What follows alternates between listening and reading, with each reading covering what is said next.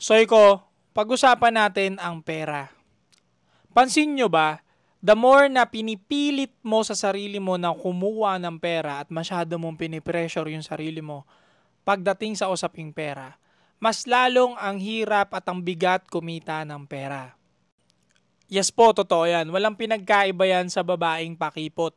The more na masyado mong pinapakita sa sarili mo na mukha kang pera at lagi kang habol na habol sa pera, the more na umiilap yung pera sa'yo. Dahil ayaw ng pera o ayaw ng universe sa mga taong masyadong mapilit o mapuwersa. Kasi yung attraction, even sa tao, sa pera, sa bagay, pareho lang din yun. Magkaiba yung minamanifest mo, minamantra mo, doon sa pinipilit mo lang. Walang problema kung mag-manifest ka palagi ng pera, isipin mo at positive ka na magkakapera. Pero again, don't force yourself to the point na ini-stress mo na sarili mo. Mas lalong hindi ka makakapag-isip kung paano kikita ng maayos na pera kapag lagi mong ini-stress yung isip mo. Mas natutunan ko nga at mas gumaan pa nga yung pasok ng pera sa akin nung nagsimula akong kalmahan ko lang yung sarili ko. It is what it is. Magaan lang, flow lang, positive lang, at people come and go lang, vibe lang. Basta ang importante sa isang araw, Soy ko, productive ka palagi. Focus ka palagi sa present mo. Even 1% lang yung na-improve mo sa isang araw, ikigay nga, di ba? Yung sabi nila, may dagdag at may dagdag pa rin ito. By the end of the month, 30% yung na-improve mo sa sarili mo o na-improve mo sa business mo o kung ano man.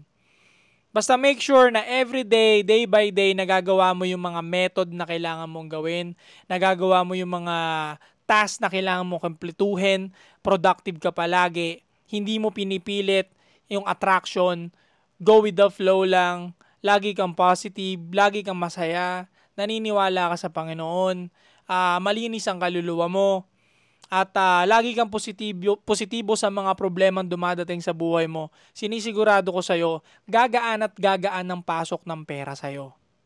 Kaya nga meron tayong kasabihan, di ba? At kung mapapansin ninyo, lagi ring sinasabi ng matatanda sa atin. Kapag meron kang pinapautang at tinutubuan ng malaki to the point na nalulugmok yung tao dahil sa'yo, mas lalong bibigat yung pasok ng pera sa'yo. Bakit kamo? Kasi yung spiritual mo, yung loob mo, nababahiran ng kasamaan. Kasi may nayuyurakan kang tao, may natatapakan kang tao, may naghihirap na tao dahil sa'yo. Kaya mas bumibigat lalo yung pasok ng pera sa'yo. Kasi hindi mo maiiwasan na mahaluan ka ng negativity dahil doon sa ginagawa mo sa isang tao. Kaya kung papansinin niyo yung mga nagpapautang, laging mabigat yung pasok ng pera sa kanila. Or may nayuyurakan silang ibang tao, meron naman sinisingil na ibang parte sa buhay nila. Hindi ko alam kung ano, pero laging may sinisingil sa kanila. Pwedeng gamit, pwedeng buhay, pwedeng kalusugan, pero laging may sinisingil sa kanila. Dahil yung spiritual ng mga taong yon, napapahirapan din dahil nga may tao silang napapahirapan. At masyado nilang pinipilit yung flow ng pera. So laging maging positibo lang, productive everyday, wag pabayaan yung kalusugan, may paniniwala sa Panginoon, hindi pinipilit yung attraction, go with the flow lang, people come and go, and hindi ka nagbibigay ng sobrang shit sa mga bagay na hindi mo kayang kontrolin.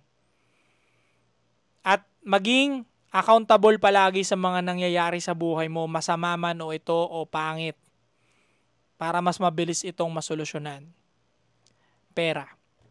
Marami pa tayong susunod na topic sa mga ganitong usapin. So stay tuned lang kayo sa TikTok ko, sa Facebook at sa YouTube. Search nyo lang lagi sa DAO.